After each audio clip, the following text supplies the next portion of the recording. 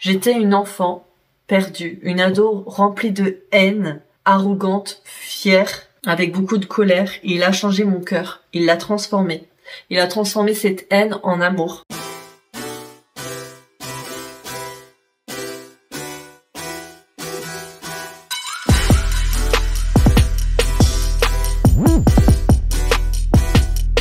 Bonjour, je m'appelle Victoria. Je suis d'origine d'Angers. J'ai des origines de la communauté des gens du voyage et d'autres origines. Mais c'est vraiment ces origines-là qui ont primé dans mon environnement. Donc je vais vous expliquer mon parcours, mon échec scolaire et mon parcours, on va dire, professionnel et la main de Dieu là-dedans. J'ai grandi dans un contexte familial très dur, dans le sens pour une petite fille. J'étais fille unique avec 7 garçons, 7 frères, et l'absence de mon père, avec un remariage qui a été difficile, un beau-père, une relation compliquée. Donc tous les jours c'était des insultes, de l'humiliation. Il n'y a pas une journée, je pense, que je n'ai pas vécu l'humiliation dans mon enfance. J'étais tous les jours au moins insultée ou tapée. Après, du coup, j'ai été éduquée dans la violence, dans l'insulte, la bagarre. Et très tôt, j'ai voulu être seule. J'ai pas voulu de l'affection de ma mère. Donc, j'ai vraiment eu le cœur fermé et rempli de haine. Et j'aimais la bagarre, les trucs comme ça, parce que c'était un jeu.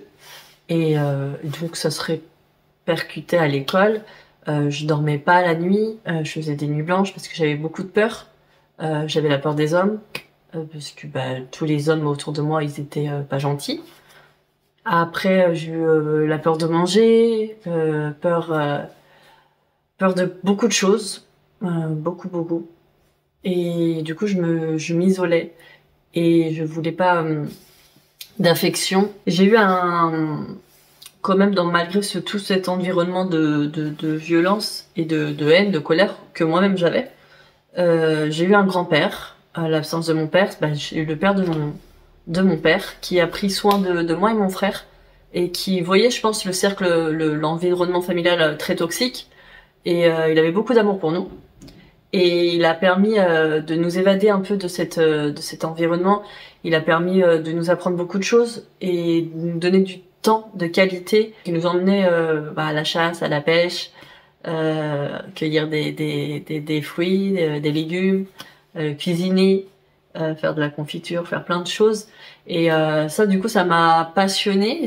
J'ai aimé ça parce que c'était une attention que je connaissais pas autre. Et c'est peut-être le seul homme en tant qu'enfant que je n'ai pas eu peur. Il était très bienveillant envers moi. Donc faisant des nuits blanches, donc je dormais pas la nuit et je dormais à l'école parce que j'avais peur de dormir toute seule. Et du coup, quand c'était l'école, petite, je dormais. À la cour de récréation, je me bagarrais. Et si je me bagarrais pas, je volais.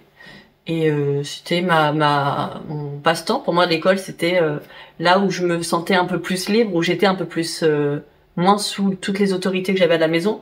Donc je libérais un peu cette frustration à l'école. Donc j'étais une petite qui a eu beaucoup de petits problèmes dans le bureau des directeurs, hein, souvent à cause de la violence. En CM2, du coup, j'ai pris conscience d'autres choses. J'ai évolué et du coup, pour moi, c'était faire pire que mes frères.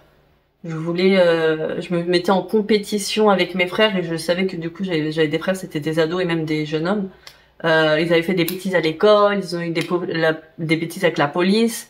Moi, je voulais montrer que j'étais quelqu'un aussi dans ma mentalité et mon environnement. Donc, je voulais faire pire. Donc, arrivé en CM2, j'ai mis plein de défis de bêtises à faire jusqu'à temps d'être virée. Et sauf que j'ai écrit mes défis sur une feuille et mon prof l'a vu. Il a dit c'est quoi ton...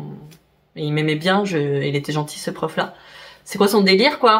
Je dis mon but c'est de me faire c'est de me faire virer de l'école et ça n'a pas marché parce qu'il était et il a compris, quoi. Donc après je rentre en 6e et je suis toujours dans le délire de faire des bêtises et les défis, donc concours de heures de colle, séchage de cours, faire virer de cours, bagarre, vol, Après, j'étais aussi méchante. Je veux dire, du fait que on n'était pas correct avec moi, ben, je savais pas ce que c'était d'être correct avec mon prochain.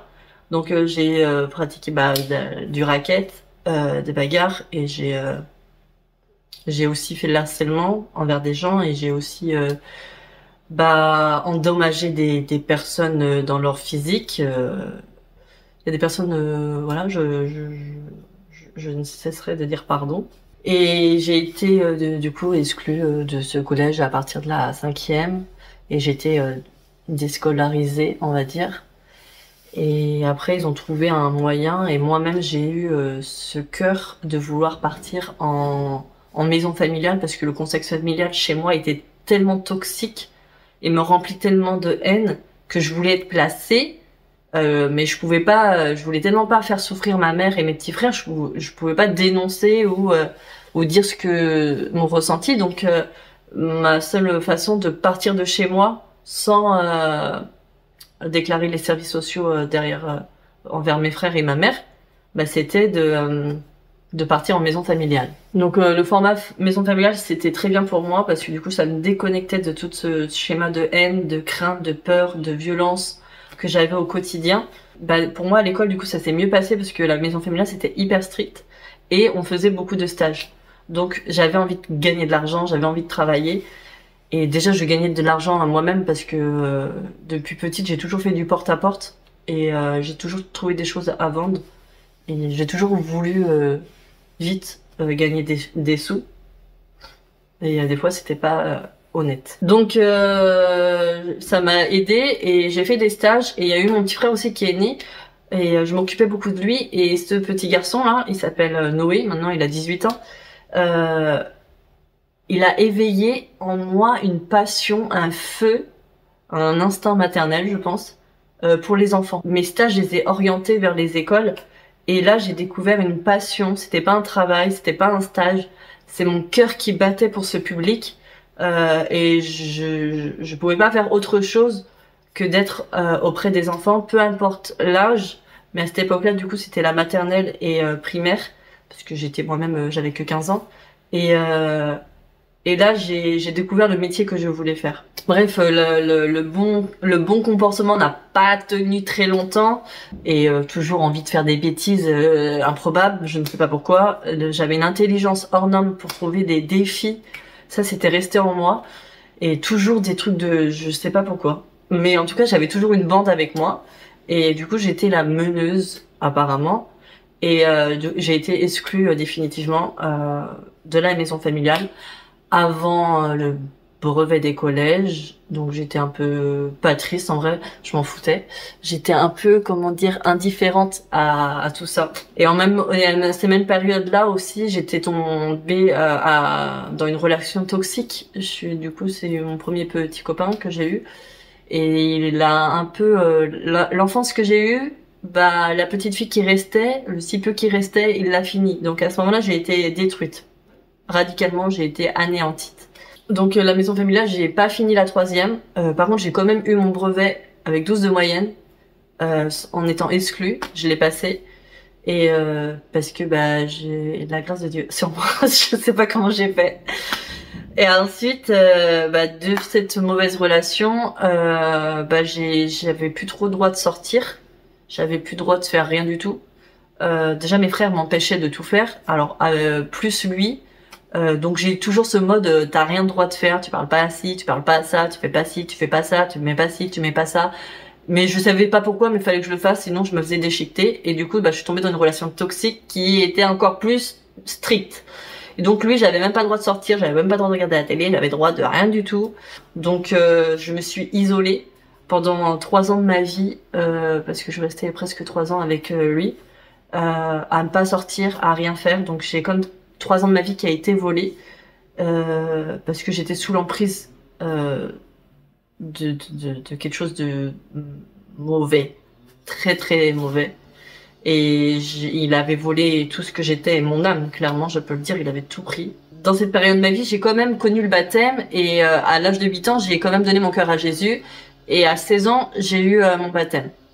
Après, à 18 ans, cette relation s'arrête. Donc, je ressors de chez moi et j'ai la meilleure, une amie à ma mère, c'est comme ma tante, j'ai grandi avec elle et sa fille, c'est comme ma sœur, on a 6 mois d'écart. Et je suis partie avec cette femme qui est ma tante de cœur et je suis partie pendant 1 an en caravane, voyager. C'était mon rêve, c'était ma passion, c'est toute ma vie de. Déjà j'aimais cette femme et j'aime toujours cette femme et j'aimais ma copine là, et j'aimais voyager. Donc j'étais carrément épanouie. Elle faisait les décors de mariage, je l'aidais, je faisais les magasins, on faisait plein de trucs et j'avais toute l'attention pour moi et elle savait me le donner.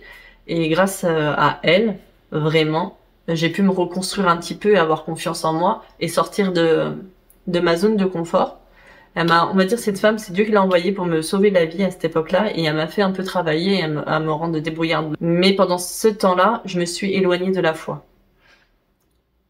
Et j'étais dans l'église de ma communauté, des gens du voyage, et du coup, à ce moment-là, j'ai quitté cette église parce que je rentrais plus dans les critères, et selon eux, j'étais plus chrétienne.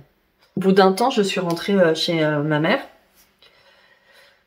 Et j'étais toujours un peu à sortir un petit peu, faire la fête. Et après, ma mère, elle allait à l'église des sédentaires en ville. Et cette église-là, elle m'a adoptée, ou je l'ai adoptée. Mais j'ai ressenti l'amour de Dieu et je suis venue pendant ces cultes. Et là, Dieu m'a rappelé là-bas. Et, et je me suis intégrée à cette église. Il a fallu 2 ans parce que j'avais pas du tout les codes. Je savais pas dire bonjour, je savais pas dire au revoir. J'avais peur quand un homme il s'approche de moi. J'avais peur de lever les yeux quand il y avait un homme, quoi. Quand on me faisait la bise, je trouvais ça me dérangeait fortement parce que je connaissais pas ces codes-là. Et il y avait beaucoup de choses qui me dérangeaient, donc il a fallu 2 ans d'intégration. Une fois que j'ai intégré cette église, j'ai vraiment ressenti l'amour de Dieu, vraiment fortement. Et Dieu m'a beaucoup restaurée. J'ai connu l'amour, en fait, tout court, que j'avais jamais connu, vraiment.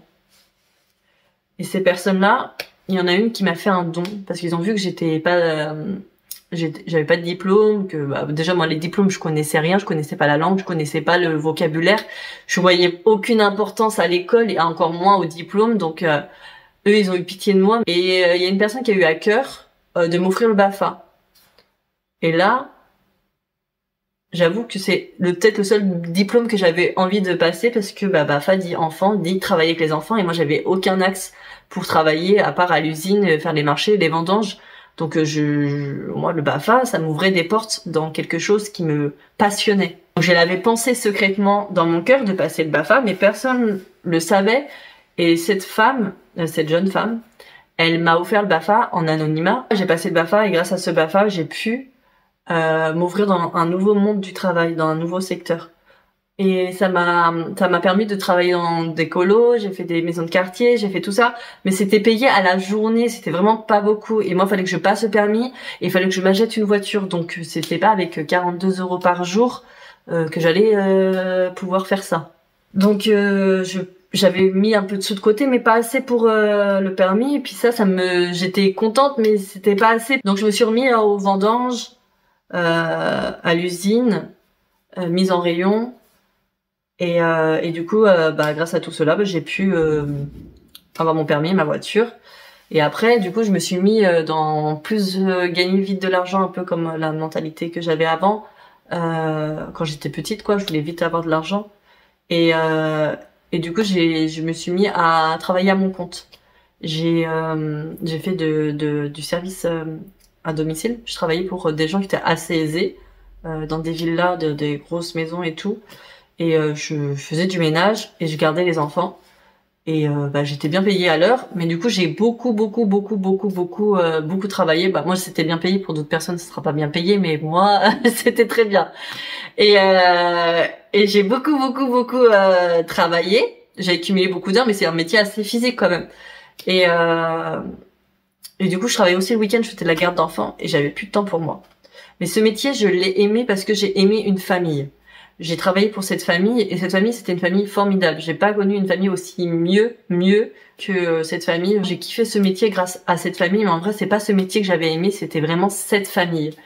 Cette famille m'ont donné un réseau et c'est là que j'ai pu remplir mon carnet d'adresses comme on dit et avoir un plus qu'un temps plein. Et sauf que je me suis un peu tuée et épuisée au travail parce que je suis une personne qui aime pas du tout la routine, et c'est-à-dire qu'au bout d'un moment, quand tu travailles toujours, et que tu vois personne, tu vas limite pas à l'église parce que tu travailles tout le temps, t'as plus d'amis, t'as plus rien, t'as des sous mais t'as plus de vie. Eh ben, j'ai eu le malheur de faire un voyage, ou le bonheur, merci Seigneur. Et quand je suis revenue de ce voyage, bah la réalité, elle a été choc thermique. Déjà, il y a eu un choc thermique pour de vrai, mais il y a vraiment eu un gros choc psychologique. Parce qu'en fait, j'étais en mode survie et je travaillais pour travailler. Et là, j'ai pris du temps pour moi et je me suis dit non. Et là, du coup, j'arrivais plus à retravailler. J'aimais plus du tout. Je faisais des malaises, j'étais malheureuse. J'avais envie d'être plus à l'église, j'avais envie de plus de Dieu. Donc, je mettais beaucoup de louanges, de prédications. Ça m'a beaucoup enseigné, mais je sentais que Dieu m'appelait ailleurs. J'ai fait une dépression au travail. J'ai développé une phobie carrément. Une phobie vraiment du travail. Je dis plus jamais de ma vie je travaillerai. Je me marierai, mon mari travaillera, moi je m'occuperai des enfants et moi ça me va très bien. C'est le schéma de pensée que j'avais avant quand j'étais plus jeune, donc c'était pas quelque chose qui m'aurait frustrée. J'aurais pu très bien vivre et je peux très bien encore le vivre, mais là c'était genre ma carrière c'était ça, hein, femme en foyer. Et basta. Pourtant, il y a eu le BAFA entre-temps, hein, que Dieu m'avait donné, mais le BAFA, il était oublié. Et il y a eu des drames dans ma famille qui se sont enchaînés. Du coup, j'ai eu mon frère qui a 10 ans plus que moi, qui est tombé malade, gravement malade. Après, j'ai eu mon petit neveu qui a eu un AVC, mais tout ça à la filée, hein. Ça se suit à quelques mois. D'ailleurs, de cet AVC, Dieu a permis que je monte dans la réanimation parce qu'il était dans le coma. Et bref, j'ai chanté, j'ai prié. Il s'est réveillé miraculeusement, il est vivant, merci Seigneur. Il était plus vers la mort que vers la vie. Ils attendaient pas à ce qu'il se réveille et qu'il ait autant pas de séquelles que ça. C'est un miracle. Après, j'ai par contre mon cousin qui était très très proche de nous, qui est parti en prison. Ma cousine la plus proche, c'était son frère, donc j'avais mon frère qui était malade en même temps, donc je me suis associée à elle. C'était horrible la souffrance, et j'ai eu après mon grand-père qui est décédé, qui m'a éduqué, le seul homme genre qui a compté pour moi, qui était immortel, et je voulais que cet homme, je voulais qu'il soit là à mon mariage, qu'il connaisse mes enfants, sauf qu'il est parti. Et en même temps, j'étais dans une relation amoureuse qui était pas du tout saine, avec quelqu'un qui était pas très fiable. Donc je dis, il me tapait pas, il me violentait pas, mais il était pas fiable. Donc à ce moment-là, c'était la grosse crise aussi de cette relation amoureuse. Donc après la déception du travail et tous ces événements, ben j'ai carrément tout perdu, confiance en moi, mon identité. J'étais en mode mort-vivant. J'étais là, j'encaissais, mais mon grand-père, ça m'a fini parce que ma vie, je sais pas, ça a été ma plus grosse perte. Parce que quand j'ai perdu mon grand-père, j'ai reperdu mon père une deuxième fois. Et je me suis rendu compte que j'avais pas fait le deuil de mon premier père, genre mon père que j'ai perdu quand j'étais petite. Et dans cette période de ma vie, il était important que cet homme soit là pour que je puisse faire le deuil de mon père, de mon grand-père, et que je sois aimée comme un père aime, sainement. Et du coup, bah, Dieu est passé à travers cet homme pour ma restauration. Et bah, lui, il m'allait pas, il allait pas comme ça là. Il me bousculait. Donc, j'ai eu des prophéties par rapport au travail. Et du coup, il s'appelle Innocent. Innocent me disait, oui, la prophétie machin. Je dis oui, mais non. Et il me bousculait. Il me dit, si Dieu parle, voilà. Donc au début, j'y tiens tête parce que j'ai la tête, c'est du béton. Au nom de Jésus, ça ne l'est plus, mais c'était du béton armé. Mais au fond, je prends en compte. Donc je prends en compte ce qu'il me dit et je lui dis, ok, Seigneur, j'obéis. Je recherche du travail. Et j'ai commencé à faire mon corps, mon âme, mon esprit ne voulait pas travailler. J'étais terrorisée. Mais j'ai obéi. J'ai obéi à Dieu.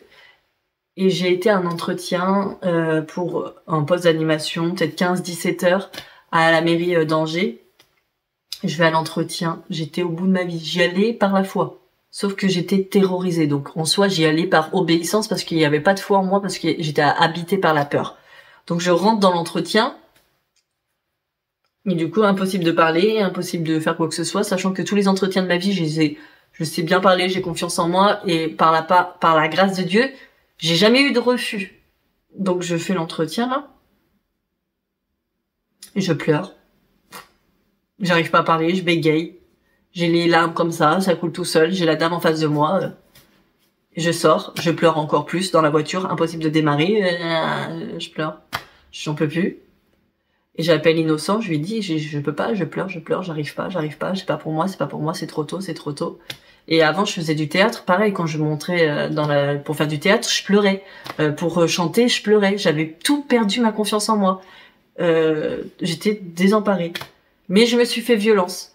J'ai eu un entretien, j'ai postulé sur Pôle emploi, une demi-heure après elle me répond. Elle me dit, dans une demi-heure, en une heure, j'ai été là-bas, j'ai fait l'entretien, il y avait toute l'équipe d'animation, c'était à 10 minutes de chez moi, à côté, c'est-à-dire j'étais même pas toute seule avec la dame, j'ai fait mon entretien en face de toute l'équipe d'animation, mes futurs collègues, et du coup j'ai été pris à l'instant. J'ai eu confiance, il fallait que j'ai un échec pour avoir une réussite, et en plus c'était plus ce que je voulais. Au niveau des horaires, c'était plus près de chez moi, et c'était fait sur mesure pour moi, et je suis restée 2 ans dans ce travail. Moi, j'ai aimé beaucoup ce métier, mais pareil, il y a la routine, c'est l'école, j'aime pas l'école, je me retrouve animatrice dans une école, bon, même si c'est pas l'école, école, bah, il y a le couloir, il y a les machins, les études. Moi, je suis pas épanouie à 100% dans ce métier, et surtout que moi, j'avais un rêve. C'était de travailler dans la protection de l'enfance. Parce que déjà, dans l'école, tous les petits qui étaient le plus durs, qui se tenaient pas, ou qui vivaient des troubles ou des trucs à la maison, je dis pas tous parce que je connais pas la vie de tout le monde, mais ils venaient tous à moi, en tout cas, toutes les têtes dures, les petits qui se tenaient, qui étaient vifs, ils venaient à moi, et moi, ça se passait bien, et moi, j'aimais trop. J'étais au top de ma vie. Un enfant qui était trop cadré, trop calme, bah, je m'ennuyais. Il y avait pas d'aventure, de mouvement. Et là, un petit qui est un peu vif, bah moi, j'étais au top de ma vie. Et tous les petits étaient là, mais j'étais limitée. Du coup, j'avais beaucoup de révélations, beaucoup de enfants qui étaient durs, mais du coup, du fait que je les aime, que je passe du temps de qualité avec eux. Alors, personne peut les voir. Tous mes collègues, genre, ils peuvent plus les supporter. Ils me les envoient. Moi et les petits, ils sentent l'amour que j'ai pour eux. Donc, il y a eu beaucoup de confidences. Je me retrouve avec des gros confidences, mais des fois des grosses lourdes. Merci Seigneur, Dieu m'a donné la capacité d'entendre, mais je suis limitée. Je peux au pire faire des déclarations, en parler, mais je suis limitée. Je peux pas travailler par rapport à ça vis-à-vis d'eux. Donc j'ai dit Seigneur, j'ai moi mon rêve, et c'est un rêve depuis des années, c'est de travailler dans la protection de l'enfance. Je veux aller là où c'est le plus dur, là où ils ont le plus besoin, parce que c'est vraiment les jeunes, les enfants que j'aime, et c'est les enfants qui souffrent. Et j'ai envie de leur donner de l'espoir, j'ai envie de leur donner de l'amour, et dans mon cœur, c'était ça qui brûlait. Et sauf que bah, j'avais pas de diplôme, j'avais même pas le bac, je sais presque pas bien écrire, j'écris pas du tout français. J'écris, mais avec énormément de fautes. Et j'en parle à ma chef, j'en parle à plusieurs personnes, et je sens qu'il y a un feu qui s'éveille là. Je dis mais comment je vais faire, vas-y, je suis prête à me former, tout machin et nana. Et au fait, ma chef a dit, tente, mets des CV et tu verras. Parce que ma chef, je l'aimais dans mon cœur. Et du coup, je mets des CV, je suis prise en entretien, je fais l'entretien, je suis prise directement en CDI. Et je travaille 2 ans dans cette association, que je remercie fortement parce que grâce à cette association, j'ai appris beaucoup de choses. Et Dieu m'a ouvert les portes, miraculeusement. Ça a été un chemin tout tracé. Parce que je connaissais pas du tout ce monde-là, j'avais aucune formation, personne m'en avait parlé, je savais que je voulais travailler là-bas, mais dans l'association que j'étais, je n'avais pas le choix d'apprendre parce que t'étais jeté comme ça dans le terrain, et ça m'a permis d'apprendre beaucoup de choses sans être formée, et Dieu me donnait la sagesse dans le comportement et les choses, et avec les jeunes, c'était juste magnifique, la connexion, les relations, je veux dire... l'affinité et le travail qu'il y avait, et je voyais la faveur de Dieu sur moi, mais aussi sur leur vie, sans même parler de Dieu. Et donc, Dieu a permis de m'emmener dans le métier actuel. Je fais quelque chose que j'aime, parce que ce qui me passionne, c'est les enfants. Et Dieu a permis par sa grâce et son immense amour et sa bonté que ce vécu ma vie, soit aussi ma formation, les armes que j'ai au milieu de la protection de l'enfance. Actuellement, je suis plus dans cette association. J'ai travaillé dans plein d'autres associations parce que j'aime apprendre, j'aime découvrir, j'aime comprendre, donc j'aime aller partout et essayer plein de choses. Et là, je suis dans un rythme que j'aime bien, mais je sais pas où ça va m'emmener. Dans tous les cas, je suis en paix, je m'inquiète pas du tout de l'avenir. Je sais que ma vie est entre les mains de Dieu et que toutes choses sont bonnes et concourent au bien de ceux qui aiment Dieu. Et je rends gloire à Dieu parce que je suis au top de ma vie. Je ne sais pas où tout cela va m'emmener, mais j'ai confiance car ces projets sont bons et merveilleux pour nous. Aujourd'hui, je suis épanouie et heureuse. C'est seulement par grâce. Il a permis à mon vécu de faire une force aujourd'hui dans mon travail. J'étais une enfant perdue, une ado remplie de haine, arrogante, fière, avec beaucoup de colère. Il a changé mon cœur, il l'a transformé. Il a transformé cette haine en amour. Il a fait il a pris ses souffrances, ses épreuves qui avaient noirci mon cœur, il les a pris entre ses mains et il a investi pour sa gloire dans mon cœur. Il m'a aligné avec sa parole, c'est-à-dire la Bible, sans que cela soit un effort, dans une simple relation, une relation d'amour, de confiance. Il m'a rééduquée. Il a fait de moi la femme que je suis et si je suis qui je suis, c'est seulement par grâce. Rien n'est trop dur, rien n'est trop noir, rien n'est trop mauvais, rien n'est trop nul pour que Dieu puisse agir dans un cœur ou dans une vie. Aucune circonstance ne peut empêcher la main de Dieu d'agir dans ta vie.